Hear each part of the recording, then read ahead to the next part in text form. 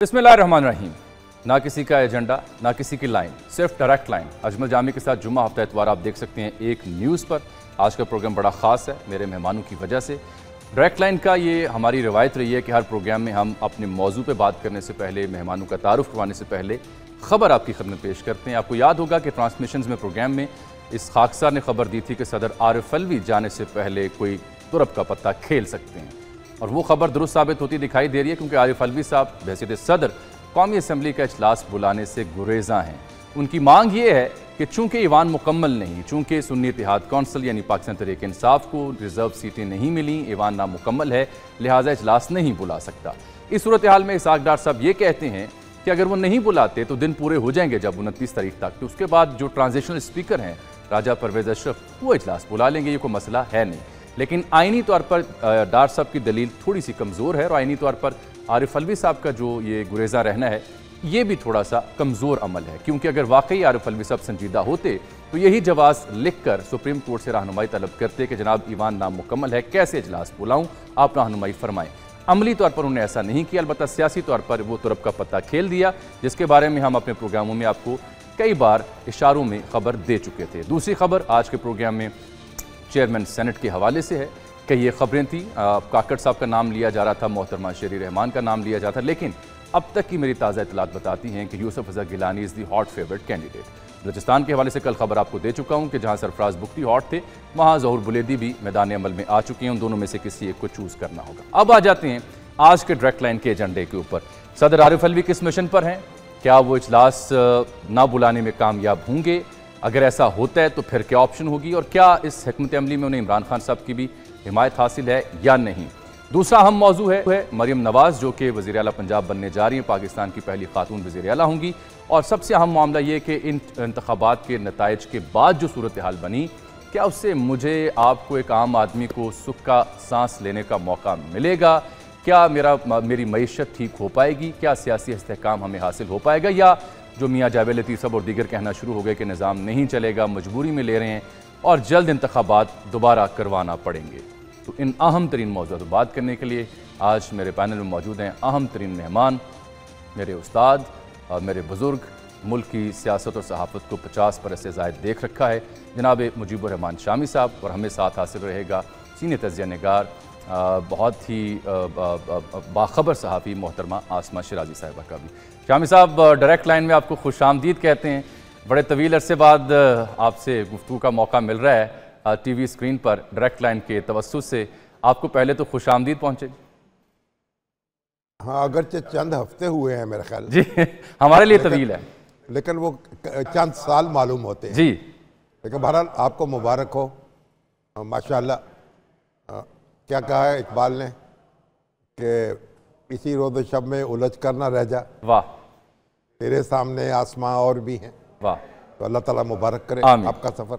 शामी साहब, ये सदर आरिफ अलवी की जानिब में इशारा करता, हमारी खबर भी थी, वो दुरुस्त साबित होती दिखाई दे रही है। रोक पाएंगे वो इजलास को?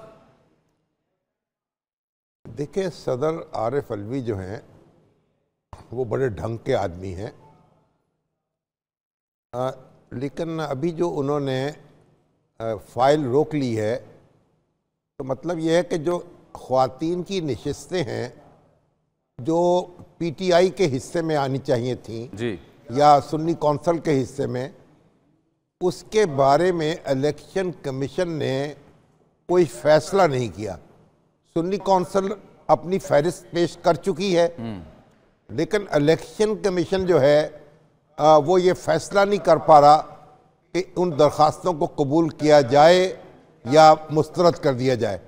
तो मेरा ख्याल है कि पहले तो इलेक्शन कमीशन का काम है तो इस बारे में वाज़ेह फैसला करे, ताकि मालूम हो जाए कि ये नशिस्तें जो हैं वो किस तरह से पुर होनी हैं, सुन्नी कौंसिल को मिलनी हैं, और उसने जो कागजात नामजदगी दाखिल कराने की तारीख जो थी वो गुजर गई, वो फहरिस्त पेश करने की तारीख गुजर गई, उसके बाद उसने वो फहरिस्त पेश की है। तो अब इलेक्शन कमीशन फैसला कर दे या और उनको नशिस्तें दे दे, ये मुनासिब बात होगी। बिल्कुल ठीक। लेकिन अब सदर साहब जो है ना, उनका ये एतराज़ तो दुरुस्त है कि अभी हाउस मुकम्मल नहीं हुआ, लेकिन अब जो दस्तूर कहता है कि 21 दिन जी। इंतखाब के बाद 21 दिन के अंदर इजलास बुलाना पड़ेगा, तो वो भी मेरे सदर के ऊपर एक बाइंडिंग है।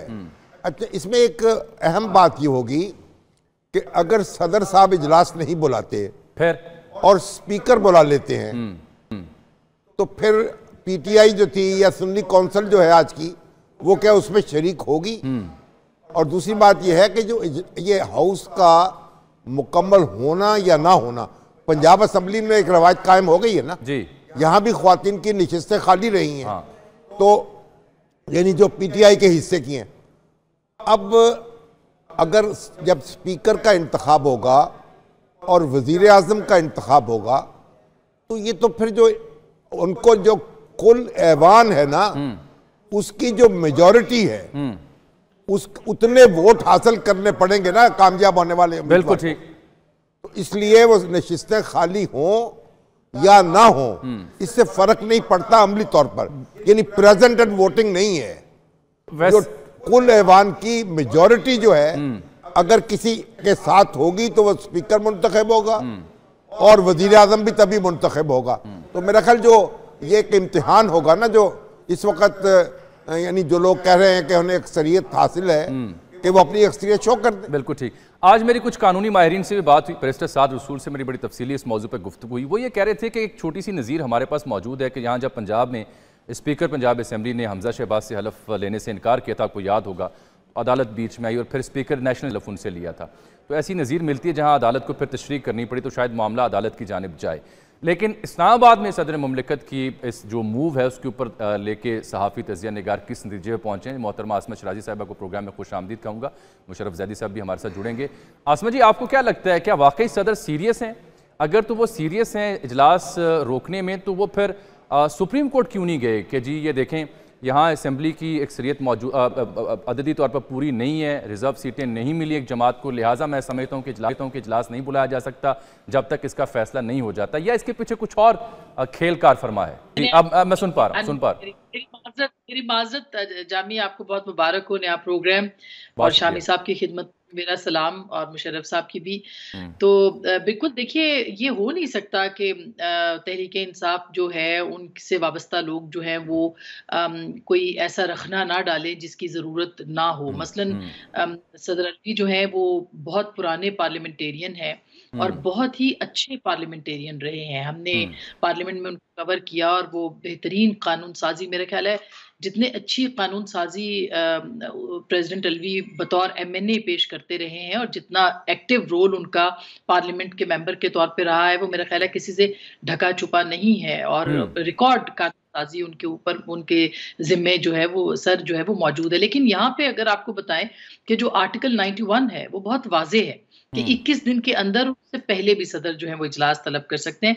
लेकिन अगर वो नहीं बुलाते तो मेरा ख्याल है कि ये जिम्मेदारी जो है वो स्पीकर जो नेशनल असेंबली इस वक्त भी मौजूद होते हैं, और इसीलिए मौजूद होते हैं कि वो कोई भी रखना हो, मसलन कोई भी ऐसी चीज़ हो जाए, सदर मुमलिकत मौजूद नहीं होते या उसको कवर किया गया आइन के तहत, तो मेरा ख्याल है स्पीकर बहुत तरीके से उसको फिर बुला सकते हैं। इसमें मेरा नहीं ख्याल कि किसी किस्म की भी कोई इंटरप्रिटेशन की ज़रूरत है। मगर बहरहाल अगर ये मामला हर मामले की तरह जाएगा सुप्रीम कोर्ट में तो फिर ज़ाहिर समझ में आ जाएगी। लेकिन मैं मुख्तसरन आपको बता दूं कि मुख्तलिफ अदवार, मसलन पिछली दफ़ा जब आपने देखा होगा कि शहबाज शरीफ साहब वज़ीर आज़म बन रहे थे, उस वक्त भी सदर मुमलिकत जो थे वो छुट्टी पे चले गए और उन्होंने उनसे ओथ नहीं लिया। इसी तरह से उसके बाद आप देखिए कि मुख्तलिफ कानून साजियों के हवाले से भी, और फिर जो उनके मुतनाज़ा ट्वीट्स थे कानून साजी के हवाले से, वो भी मंजर आम पर आते रहे। तो मुख्तलिफ औकात में फिर असम्बली जिस तरह से तोड़ी गई, बर्खास्त की गई, सदर मुमलिकत ने इमरान खान साहब के एडवाइस के ऊपर जिस तरह से बर्खास्त की, वो भी एक बहुत ही मुतनाज़ा मामला है। और यहाँ तक कि सुप्रीम कोर्ट में हालिया जो मुकदमे थे उसमें ये गूंज रही कि ये गैर आईनी कदम था, और गैर आईनी कदम में सदर मुमलिकत भी शरीक रहे। चीफ जस्टिस जो के हैं उनके खिलाफ भी जो आपने देखा आया था रेफरेंस, उसमें भी सदर का जो किरदार था वो बहुत मुतनाज़ा रहा। तो मेरा ख्याल है ये हो तो जाना है, असेंबली के इजलास ने मुनक्किद तो होना है, मगर 4 दिन से उसकी फाइल को दबाए रखना, उसके ऊपर प्रोसीड ना करना, मेरा ख्याल है कि ये एक लेन देन या लो और दो की बुनियाद और मखसूस नशिस्तों की बुनियाद के ऊपर ये बात जो है वो उसके ऊपर ये जा सकती है। बिल्कुल ठीक। इससे जुड़ी एक और ख़बर भी थी कि अखबारों में भी आई, मेरी भी कुछ ऐसी इतला थी, हालांकि इसकी तस्दीक नहीं हो सकी। आरिफ अलवी साहब का जो रिसेंटली कंडक्ट रहा पीटीआई की, दीन खान साहब उससे कुछ ज़्यादा मुतमिन नहीं रहे, उनसे नाला भी रहे।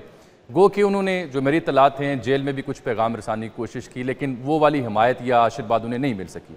अब एक इतला ये है कि गालिबन वो ये सब करने के बाद पीटीआई की जानिब से जो जब सदारत के इंतखाबात हों सदर के, तो उसकी दौड़ में भी शामिल होना चाहते हैं कि मैं पीटीआई का उम्मीदवार भी हो सकता हूँ। इसकी तस्दीक नहीं हो सकी, लेकिन ये मेरी इत्तला है कुछ ज़राए के हवाले से। तो ये भी एक मामला हो सकता है कि उससे पहले वो अपनी परफॉर्मेंस दिखाना चाह रहे हूँ कि देखिए मैंने तो पार्टी के कॉज के लिए, सीटें पूरी नहीं थी तो हमने इजलास रोकने की कोशिश की। बहरहाल अब दो और बड़े अहम मामला थे, उसकी जानिब तवज्जो शामी साहब की और आपकी चाहूँगा मैं।